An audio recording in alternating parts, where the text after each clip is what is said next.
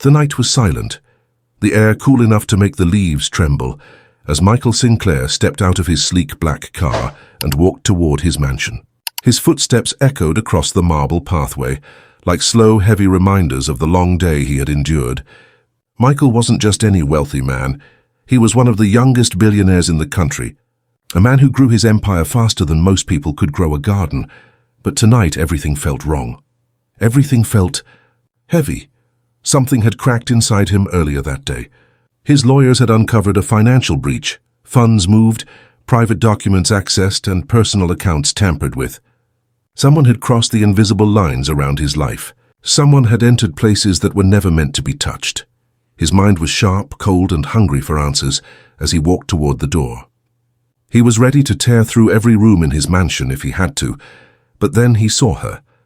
Standing in front of the large wooden doors was Nora, a quiet, diligent maid who had joined his staff a year ago. She was known for her discipline, her soft voice, and her ability to complete any task with gentle precision. She spoke little, kept to herself, and never overstepped boundaries. Yet tonight, she stood firmly in front of the door, blocking his path like a guardian. Her hands trembled slightly, but her eyes held a strange, painful certainty. "Sir, please stop," she whispered. Michael's eyebrows lifted. "What are you doing, Nora? Move aside." But she didn't move. She shook her head slowly. "You can't go inside." "Not tonight." Michael stared at her, stunned by her audacity. "This is my house," he said, voice firm. "I don't have the right to tell me where I can or cannot go." Her voice cracked. "I know, sir, but I promised someone, and I must keep that promise. If you walk inside now, you'll regret it forever." "A promise? To whom?" Michael stepped forward, heat rising in his chest. "Nora, this isn't acceptable. Move or—" She suddenly raised her hands, blocking him with desperate courage. "Sir, please, I beg you, don't open this door right now." Her body shook as she cried silently, but she still refused to move. Michael had always been a patient man, but in that moment, something inside him snapped. "Nora," he said tightly, "this is my home. Step aside." For the first time in his life, the maid looked directly into his eyes, not as a servant, but as someone carrying a truth far heavier than her position. "If you enter now," she whispered, voice trembling, "no, you will break your own heart." And with that sentence, Michael felt something he had not felt in years, fear, not of threats, not of money, but of truth. Michael stepped back slightly, anger turning into uneasy curiosity. "What are you protecting, Nora?" he asked, voice low. Instead of answering, Nora glanced at the hallway behind her, toward a place Michael rarely visited, a place he had never thought about deeply, a place he assumed was just another guest room. Her gaze lingered on a door at the far end of the hall, a door he didn't recognize. "What's in that room?" he demanded. Nora's breathing became shallow. "That room is the reason I'm stopping you." Michael frowned. "Nora, I own this house. If there's something happening here, I deserve to know." She nodded softly. "Yes, sir, and you will know. But the truth has its own timing, and tonight, the timing is finally right."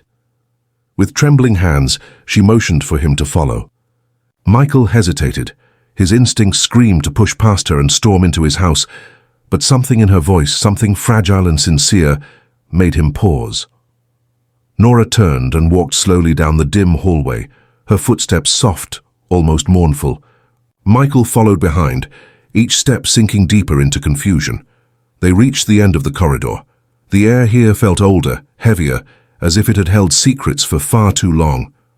Nora touched the doorknob gently, almost like she was touching a wound. "Sir," she said softly, "before I open this door, I need you to understand something." Michael watched her closely. "Your father didn't die in the hospital the way you were told." Those words froze Michael's breath. "What did you say?" Nora looked down. "Your family hid the truth from you. They didn't want you distracted. They didn't want your attention pulled away from the business. They thought success was more important than closure." Michael's heart tightened painfully. "This is impossible," he whispered. "My father died surrounded by doctors. They told me—" "I know what they told you," Nora interrupted. tears in her eyes. But they lied. Michael's fists clenched. His mind raced. Nora steadied herself and continued. Your father spent his last months here, in this room, in this house. He came because he wanted to be closer to you, because he wanted you to know the man behind the businessman you became. Nora's voice cracked. And I was the one who took care of him. Michael felt the world tilt under his feet. He hadn't known. He hadn't been told. He hadn't even visited. Not once. His chest burned with regret. Nora, he said, voice barely audible, open the door. She nodded and slowly pushed it open. The smell was faint, dust, old wood, and memories that had been locked away too long. Inside the room, the first thing he saw was the small hospital-style bed positioned near the window. Machines sat unplugged in a corner. A table beside the bed held a notebook and a glass of water, still half full. And on the walls, photographs. Photos of him and his father, taken over the years. Photos Michael didn't remember.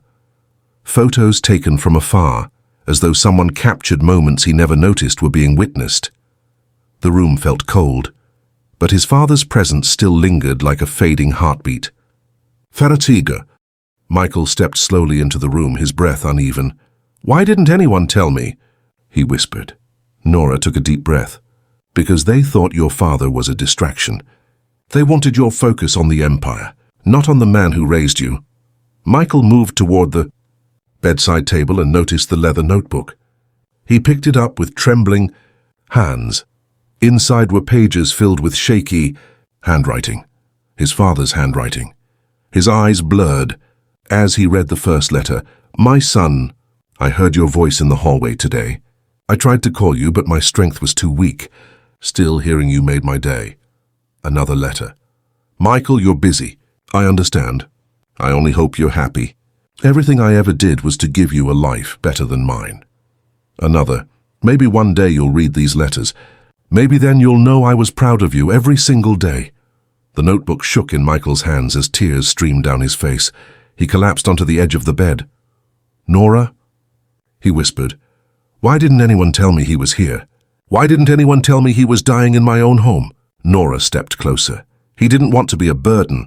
He wanted to see you succeed. And when he realized your family wasn't going to tell you, he asked me to keep his condition private. Michael's head dropped. But why did you stay? Why did you take care of him? Nora hesitated, then spoke honestly. Because he reminded me of my own father, and because he needed someone. I couldn't walk away from him. Michael looked at her through tears. And you kept all this hidden from me? She nodded. Until today. So until it was finally time. Nora reached for a small envelope lying under the pillow. He left this for you, she whispered. He said you should only open it when you finally entered this room. Michael took the envelope with shaking hands.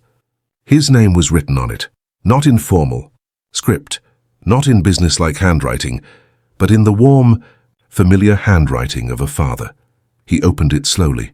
Inside was a single letter. My dear son, if you are reading this, it means you finally opened the door to my last home. I wanted to tell you this face to face, but life was shorter than I expected. Michael, I watched you grow from a little boy who wanted to help everyone into a man who carries the weight of the world on his shoulders. I know you think strength means handling everything alone, but it doesn't. The truth is, I was lonely. I wished I could have been closer to you during my last days. But I was proud of your success, proud of your growth, proud of every choice you made. My only regret is that we drifted apart. You were busy and I never blamed you. But if I could ask for one thing, it would be this. Don't let your life become empty like mine did. Don't let the world take away your heart. And one more thing. Nora cared for me like a daughter. She stayed when no one else did. Trust her. I love you more than you will ever know. Your father. Michael held the letter against his chest and cried in a way he hadn't since he was a boy. Tears soaked his shirt, his breath shaking uncontrollably. Nora stepped forward slowly. I'm so sorry, sir, she whispered. I wanted to tell you so many times. But your father made me promise. Michael nodded weakly. I understand. And thank you. for staying by his side. Hours later, after Michael regained some calm, Nora revealed the next truth. "Sir," she said softly, "there's more." Michael blinked, exhausted. "More?" Nora nodded. "The financial breach your lawyers discovered. It wasn't an outsider." Michael's eyes narrowed. "What are you saying?" She hesitated. "Your own family was stealing from you." Michael froze. "What?" Nora continued. "They accessed your accounts. They sold your father's belongings. They took advantage of your absence, and when your father tried to stop them, they moved him into this room and hid him from you." Michael's blood ran cold. "Why didn't you tell me sooner, Nora?" She looked away.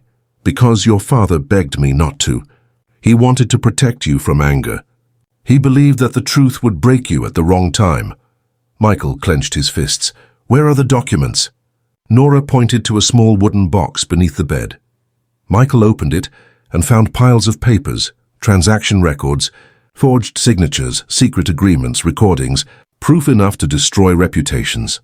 Michael sat back, stunned. His own family, his own blood. They had stolen from him, hidden his dying father, and lied to protect their greed. His heart hardened. "This ends now," Michael said firmly, but Nora stepped in front of him again, her voice soft but strong. "No, sir. Not with anger. Not with revenge. Your father didn't want that. He wanted you to find peace, not war." Michael's jaw trembled. "How do you expect me to stay calm?" "By remembering what he wrote," Nora whispered. "Don't let the world take away your heart." Michael spent the next days investigating everything. He confronted his lawyers, his accountants, and finally his family. They denied everything at first, then they panicked, then they broke. Michael didn't yell, he didn't seek revenge. Instead, he calmly removed every single one of them from his company, froze the stolen funds, and cut all ties. They expected fury. They expected threats. They got silence. The silence of a man who had seen the truth and grown beyond anger. But when the dust settled, Michael realized something. The house felt empty. The rooms felt cold. The echoes of his father's suffering lingered in every hallway, and the only person who had stood beside him during this darkness was Nora. One evening he found her in the kitchen quietly washing dishes. "Nora," he said gently, "I want to thank you." She looked startled. "Sir, there's no need." "There is," he insisted. "You were the one who protected my father. You were the one who protected this house. And you were the one who protected me from the truth until I was ready." Her eyes softened. "I only did what was right, sir." "No," Michael said softly. "You did more. You did what my own family never did." Nora didn't speak, but her eyes glistened with emotion. In the months that followed, Michael changed. He spent time reading his father's letters, piecing together the man he had lost. He didn't return to the cold businessman he once was. Instead, he began rebuilding his life, not with luxury or ambition, but with meaning. He removed toxic people from his world. He donated to hospitals, especially those caring for elderly patients. He opened a foundation in his father's name, but the biggest change was in his home. He didn't want the mansion to be a grave of memories. He wanted it to be alive, and Nora remained a part of that life. She didn't just clean rooms anymore. She didn't tiptoe around him. She didn't avoid eye contact. Michael encouraged her to speak, to share her thoughts, to be someone he could trust. He learned about her childhood, her struggles and her strength, and she learned about his lonely childhood, his pressures and his fears. Slowly, carefully, gently, a bond formed, not one of employer and maid, but of two lonely souls who had found comfort in each other's honesty. One evening, months after the truth had been revealed, Michael invited the entire staff to the living room. Everyone talked quietly, wondering what was happening. Michael stood before them, calm and confident. "I want to make an announcement," he said. He looked at Nora, who stood nervously at the side, unaware of what was coming. Then he spoke the words that shocked everyone. "Nora will no longer be working as my maid. She will be managing the entire estate." Gasps filled the room. Nora stared at him, stunned. "Sir, why?" Michael smiled gently. "Because you see this house not as a place to serve, but as a place to protect. You protected my father. You protected me. And no one deserves more trust than you." Her eyes filled with tears. "But, sir, I'm just—" "You," Michael said, "are the strongest person I know." The staff applauded. Some cried. Nora covered her mouth, overwhelmed. Michael stepped closer, his voice soft, full of emotion. "And Nora, thank you. You gave me back my father. You gave me truth. And you gave me peace." Nora whispered, "I only kept a promise." Michael smiled. "And now, I want to make one." She looked up. He continued, "I promise you will never stand alone in front of a door again. I promise you will never carry pain by yourself. I promise. You'll always have someone who values you." Her tears fell freely, and for the first time since his father's passing, Michael felt whole.